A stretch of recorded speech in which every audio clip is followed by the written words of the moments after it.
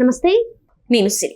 ఇప్పుడు చూస్తున్నట్టయితే వంశీ గారి అరెస్ట్ తర్వాత అయితే అనూహ్య పరిణామాలు చోటు చేసుకున్న ఇంతవరకు అయితే పోలీసులకి వంశీ గారి ఫోన్ అయితే దొరకలేదు. అండ్ అట్లనే ఇప్పుడు చూసుకున్నట్టయితే వంశీ గారి వైఫ్ కూడా ములాఖాతులో అయితే వంశీ గారిని కలవడం జరిగింది. మరి జైల్లో తనకి ప్రాణహాని ఉన్నట్టుగా వంశీ వాళ్ళ వైఫ్ అయితే చెప్పడం జరుగుతుంది. అసలు ఏం జరుగుతుందనే అంశాన్ని మనకు వివరించడానికి మనతో పాటు ఉన్నారు TDP official spokesperson Suryadevara Latha గారు. నమస్కారం మేడం. నమస్తే. మనం ఇప్పుడు చూస్తున్నట్టయితే వల్లభనేని అరెస్ట్ని ఏదైతే ఉందో వైసీపీ నేతలే కావచ్చు, కొంతమంది కార్యకర్తలే కావచ్చు, అది అక్రమ అరెస్ట్ అని చెప్పేసి మాట్లాడుతున్నారు. అండ్ ఇంకొకటి ఏంటంటే ఇప్పుడు ములాఖాత్లో వాళ్ళ వైఫ్ ఎవరైతే ఉన్నారో పంకజ శ్రీ, తను కూడా వెళ్ళి నా భర్తకి ప్రాణహాని ఉంది అని మాట్లాడుతున్నారు. ఇదన్నిట్లో ఒక ఎత్తు అయితే అసలు వల్లభనేని వంశీ గారి ఫోన్ ఎందుకు పోలీసుల హ్యాండ్ ఓవర్లో లేదు? మామూలుగా అయితే ఫోన్ ఉండాలి, ఖచ్చితంగా పోలీసుల హ్యాండ్ ఓవర్లో ఉండాలి. మరి ఎక్కడ ఫోన్ ఇంతవరకు ఎక్కడ కూడా మనకు వినిపించట్లేదు. ఏంటంటారు? ఇంకొకటి ఏంటంటే 60 సీసీ కెమెరాలు ఉన్నాయి, నా భర్తకి ప్రాణహాని, సీసీ కెమెరాలు ఉన్నాక భర్తకి ఎందుకు ప్రాణహాని ఉంటుంది? ఇవన్నీ కూడా కొంచెం కన్ఫ్యూజన్గా ఉన్నాయి. సో దీని మీద మీ అభిప్రాయం ఏంటి? ఇక్కడ చూస్తే అసలు ఒక విషయం మనకు క్లియర్ కట్గా అర్థమైపోతుంది. అసలు ఈజీగా ఇది అందరూ కూడా ఓపెన్గా తెలిసిన విషయమే ఇది. అంటే వాళ్ళ భార్య ఎన్ని రకాల అబద్ధాలు చెప్తుంది, సరే ఏ రకంగా కన్ఫ్యూజ్ క్రియేట్ చేయాలని చూస్తుంది. అసలు ఇక్కడ అంటే అరెస్ట్ చేసేటప్పుడు దొరికిన ఆధారాలు ఏంటి ఇవన్నీ చూస్తే ఇప్పుడు ఫోన్ దొరకలేదు అని అంటున్నారు. ఫోను ఇంటి దగ్గర నుంచి అరెస్ట్ చేశారు, తీసుకొచ్చేటప్పుడు ఫోన్ ఎవరి దగ్గర ఇచ్చొస్తాడు? ఇంట్లో ఎవరున్నారు? భార్య ఉంది కదా, కుటుంబ సభ్యులు ఉన్నారు కదా, అక్కడ ఫోన్ ఆవిడకి హ్యాండ్ ఓవర్ చేసి వచ్చి ఉంటాడు కదా. అండ్ ఇంకొకటి ఏంటంటే పోలీసులు ఈయనకి 45 minutes టైం, అంటే 45 నిమిషాల టైం ఇచ్చారంటే ఖచ్చితంగా వాళ్ళకి ఇన్ఫార్మ్ చేయకుండా త్రూ ఫోనే ఇన్ఫార్మ్ చేయాలి. ఎవరికైనా కూడా చేయాలంటే ఫోన్ లేకుండా ఎట్లా ఇన్ఫార్మ్ చేసే అవకాశం ఉంటుంది? ఆయన డ్రెస్ చేంజ్ చేసుకొని వస్తాను అని చెప్పి వెళ్ళి బాత్రూంలో వెళ్ళి 45 నిమిషాలు 1 hour వరకు ఫోన్లు మాట్లాడాడంట. సో మాట్లాడి తర్వాత ఆయన బయట రావడానికి ఇంకప్పుడు పోలీసులు తొందరగా బయట రమ్మని అడిగి తొందరగా రెడీ అయ్యి రమ్మని అంటే ఇంకా అప్పుడు వచ్చాడు. సో అప్పటి వరకు కూడా ఏంటంటే ఎవరైనా ఆయన్ని అంటే ఆయన వచ్చినప్పుడు ఆయన అరెస్ట్ కానివ్వకుండా ఆయన కోసం స్లోగన్స్ ఇవ్వటానికే కానివ్వండి, ఆయన అక్రమ అరెస్ట్ అని భజన చేసే సంఘాలు కొన్ని ఉంటాయి కదా, వాళ్ళకి చెప్పటమే కానీ గైడ్ అంటే జగన్మోహన్ రెడ్డి గారితో మాట్లాడటం కానివ్వండి, ఇవన్నీ పార్టీ సభ్యులతో మాట్లాడటం కానివ్వండి, ఇవన్నీ కూడా ప్రిపరేషన్ చేసుకున్నాడు ఆ టైం ఇచ్చిన టైంలో. అక్కడ ఒక్కటే ఇక్కడ ఆలోచించాలి, ఒకవేళ కక్షపూరిత రాజకీయాలు అయితే రెడ్ హ్యాండెడ్గా అప్పటికప్పుడే తీసుకొచ్చేవాళ్ళు. ఆయనకి ఫోన్ మాట్లాడే టైం ఇచ్చేవాళ్ళు కాదు. నువ్వు డ్రెస్ మార్చుకోవడానికి ఎంతసేపు పడుతుంది ఒక మగ మనిషికి? ప్యాంటు షర్టే కదా, ఆయన తల దువ్వాలా, జడ వేసుకుంటాడా, ఏం చేస్తాడు చెప్పండి? ఒక ప్యాంటు షర్ట్ వేసుకురావడానికి ఎంత టైం పడుతుంది? అది కూడా కాకుండా అంటే ఇదేలాగానే గన్నవరంలోనే ఒక మహిళని, టీడీపీ మహిళ కళ్యాణి గారని, ఆవిడ్ని అరెస్ట్ చేయడానికి వెళ్ళినప్పుడు సో బెడ్రూమ్ వరకు వెళ్ళారు. ఆవిడ నైట్ డ్రెస్లో ఉన్నారు. అట్లాగే కస్టడీకి తీసుకొస్తామని గోల్ చేశారు. డ్రెస్ మార్చుకునే టైం కూడా ఇవ్వకుండా గోల్ చేశారు. ఒక మహిళ దగ్గరికి వెళ్ళటానికి దగ్గర 30-40 మంది పోలీసులను పంపించారు. 40 మంది పోలీసులు, పెద్ద చెప్పుకునే ఎమ్మెల్యే క్యాండిడేట్ కాదు, ఒక మహిళా లీడర్. అలాంటి వాళ్ళకి అలా అంత హడావిడి సృష్టించారే. మీడియాలో మొత్తం వీడియోలు తీయటం, ఆవిడ నైట్ డ్రెస్ మీదనే వీడియోలు తీయటం, ఇవన్నీ కూడా చేసి పెట్టారు. కానీ ఇక్కడ ఎంత టైం ఇచ్చారు? పెద్ద హడావిడి ఏం చేయలేదు కదా. ఒక 4 పోలీసులు వచ్చారు, అరెస్ట్ చేశారు, తీసుకెళ్లారు.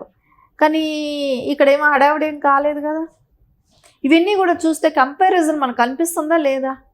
సో దీనిలో వాళ్ళ భార్య నాటకీయంగా ఎన్ని రకాల మాటలు మాట్లాడుతున్నారు. ఇక్కడ నాకు ఇదేమన్నా అన్నారంటే, ఒక మాట నాకు ఎఫ్ఐఆర్ కాపీ ఇవ్వలేదు అని అన్నారు. ఆ ఎఫ్ఐఆర్ కాపీ ఎందుకు ఇస్తారు? అరెస్ట్ వారెంట్ ఇస్తారు. వచ్చినప్పుడు అరెస్ట్ వారెంట్ ఇచ్చి అరెస్ట్ చేస్తారు, అంతేగాని ఎఫ్ఐఆర్ కాపీ నీకు ఇంటికి తీసుకొచ్చి ఇవ్వరు కదా, నువ్వు స్టేషన్కి వెళ్ళి తీసుకోవాల్సిన బాధ్యత ఉంటుంది. ఇంకోటి, పంకజశ్రీ గారు ఈరోజు పెట్టిన ప్రెస్ మీట్లో చెప్తున్నారు, అలా ఆయనకి 60 సీసీ కెమెరాలు ఉన్నాయి, బ్యారెక్లో ఉందని అన్నారు. ఈవిడ వెళ్ళి లెక్కేసుకొచ్చిందా ఏమో తెలియట్లేదు. సరే, ఎంత సెక్యూరిటీగా ఉన్నాడని అనుకోవచ్చుగా. సరే, 60 కెమెరాలు పెట్టారు అని అంటే అది ఆల్రెడీ పోలీస్ స్టేషన్స్లో ఒక పరిమితి వరకు అయితే ఉంటాయి. ప్రతి చోట కూడా సీసీ కెమెరాలు ఉంటాయి. ఆయన ఇంకోటి అంటుంది, ఆయనకి వెన్నునొప్పి ఉంది, ఆయనకి మంచం అరేంజ్ చేయండి అంటే, మంచం అరేంజ్ చేయమంటే ఇప్పుడు వచ్చి ఆడ చెప్తే కాదు, కోర్టుకు వేసుకోవాలి, మీరు కోర్టు నుంచి పర్మిషన్ తీసుకొచ్చుకోవాలి, తర్వాత వేసుకోవాలి. అంతేగాని ఆయనకి డబుల్ కట్ బెడ్ వేయాలా, ఒక 10 ఇంచుల పరుపు వేయాలా, ఇవన్నీ ఎవరు డెసిషన్ తీసుకుంటారు? కోర్టు త్రూ నువ్వు పర్మిషన్ తెచ్చుకోవాలి. అంతేగాని ఇప్పుడు జైలుకి వెళ్ళి మా ఆయనకి ఒక ఏసీ బెడ్రూమ్ పెట్టండి అని చెప్పి మాట్లాడగలుగుతావా? వాడికి వెళ్ళి ఓ మంచం ప్రొవైడ్ చేయండి, ఇవన్నీ చెప్తానికి ఉంటుందా? సరే, అది కూడా ఏదో పోలీసులు ఇది ఇవ్వనట్టు, సో దానికి కూడా గవర్నమెంట్ ఏదో పర్మిషన్ ఇవ్వనట్టు, ఒక కోర్టుకి వెళ్ళిన వ్యక్తి, ఒక కేసు మీద వెళ్ళిన వ్యక్తి, పోలీస్ జైల్లో ఉన్న వ్యక్తికి ఎవరు ఇవన్నీ ఇస్తారు? అది కూడా తెలియదు ఆవిడికి. కోర్టు త్రూ పర్మిషన్స్ తెచ్చుకోవాలి ఏం కావాలన్నా.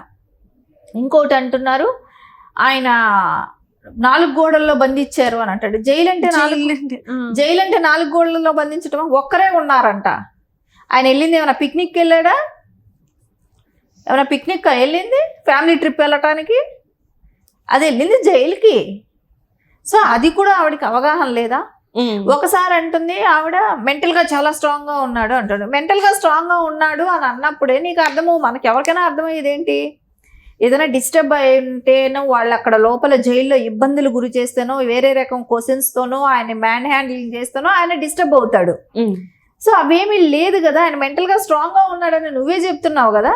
అంటే ఇక్కడ డాక్టర్స్ మీద కూడా తను చెప్పేది ఏంటంటే, డాక్టర్స్ కావాలని తప్పుడు అది అంటే ఏదైతే తన ఆరోగ్య పరిస్థితి బాగుందని తప్పుడుగా ఇస్తున్నారు బయటికి, కానీ తన ఆరోగ్య పరిస్థితి బాగాలేదని చెప్పేసి ఆమె చెప్తుంది. మరి డాక్టర్స్ పైన కూడా చెప్తుంది. ఇప్పుడు ఒక్కటే, ప్రాణహాని ఉండేటప్పుడు ఎట్లాంటిది ఏదైనా ఉంది అని అనుకున్నప్పుడు రేపొద్దున ఆ పోలీసు వాళ్ళైనా సరే, డాక్టర్స్ అయినా సరే సమాధానం చెప్పాల్సిన అవసరం ఉంటుంది. సో వాళ్ళు ఎందుకు రిస్క్ చేస్తారు?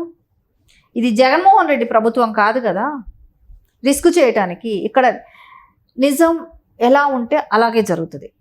సో ఎవిడెన్స్ను బట్టే జరుగుతున్నది కేసు. ఇక్కడ ఎవరి మీద కూడా కక్ష సాధింపు చర్యలు లేవు. ఇవన్నీ కూడా ఒకసారి తను ఆలోచించుకోవాల్సిన విషయం ఏంటంటే, ఆవిడ చెప్పే మాటల్లో ఎక్కడైనా కూడా అంటే ఆలోచించేటట్టుందా? ఇప్పుడు జగన్మోహన్ రెడ్డి ఎలా తయారయ్యాడంటే, భర్తలందరూ జైలుకి వెళ్తారు, భార్యలందరూ మీరు కట్టగట్టుకొని వచ్చి ప్రెస్ మీట్లు పెట్టండి, వాళ్ళు చేసిన అక్రమాలకి దుర్మార్గాలకి వెళ్తారు, సో మీరు వచ్చి పెట్టండి అని అంటుంది. సరే, ఇంకొక విషయం ఇక్కడ చాలా ఇంపార్టెంట్. ఫోన్ అన్నారు. ఫోన్ ఎవరికి వెళ్ళి ఉంటుంది? భార్య తీసుకుంది. సో ఆ ఫోన్తో విజయవాడకు వచ్చింది. సజ్జల గారికి వెళ్ళిందా, జగన్మోహన్ రెడ్డి గారికి వెళ్తుందా? సజ్జల గారికి వెళ్ళినా జగన్మోహన్ రెడ్డి గారికి వెళ్తుంది. సరే, ఒకవేళ అక్కడ పెట్టారా? ఎందుకంటే వీళ్ళ ఇళ్లలో ఏమైనా రైడ్ చేసి తీసుకుంటారనే ఆలోచనలో అక్కడ పంపించారా? ఎవరి దగ్గరైనా అక్కడ ఉంచారా? ఇదే జరుగుతుంది కదా. ఇప్పుడు ఫోన్ అంటూ దొరికితే ఎవిడెన్స్ అన్నీ దొరికిపోయినట్టే. అవును, ఎందుకంటే అందులోనే అన్నీ ఉంటాయి కాబట్టి ఎవరెవరితో లింకప్ ఉంది, ఏం జరిగింది అనేది చాలా వరకు తెలిసిపోతుంది. సో దీనిలో ఎవరెవరు ఇన్వాల్వ్మెంట్లు ఉన్నాయి, కిడ్నాప్ చేసినప్పుడు ఎవరెవరు కలిసి చేశారు, ఇది ఎవరి ప్లాను ఏంటనేది అన్నీ తెలిసిపోతుంది. సో అందుకని వాళ్ళు ఏంటంటే ఈ ఫోన్ కూడా దొరకకుండా చేస్తున్న ప్రయత్నమే ఇది. అండ్ అట్లనే వంశీ గారి వైఫ్ కూడా జగన్మోహన్ రెడ్డి గారి మీద కొంత ఫైర్ అయినట్టు కూడా మీడియా ముందు మాట్లాడినట్టు అనిపిస్తుంది. మరి దీన్ని ఎట్లా మనం చూడాలంటాం? ఇప్పుడు వీళ్ళకందరికీ ఒకటి ఏం లేదు, గుడ్డిగా చెప్పేది ఏంటంటే అక్రమ అరెస్టు అని చెప్తారు. అవును, ఇంకా అంతమించి వాళ్ళ దగ్గర ఏం లేదు.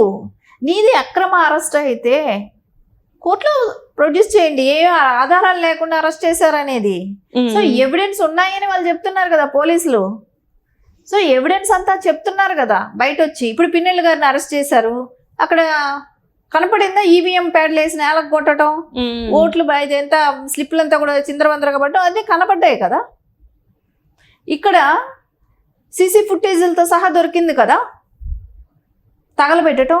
ఇక్కడ ఏదైనా కూడా అక్రమ అరెస్ట్ అని ఎక్కడైనా ఇప్పటి వరకు అరెస్ట్ చేసిన వాళ్ళల్లో వర రవీందర్ రెడ్డి కావచ్చు, బోరగడ్డ అనిలే కావచ్చు, ఇట్లాంటి వాళ్ళందరూ కూడా అరెస్ట్ అయినారు కదా.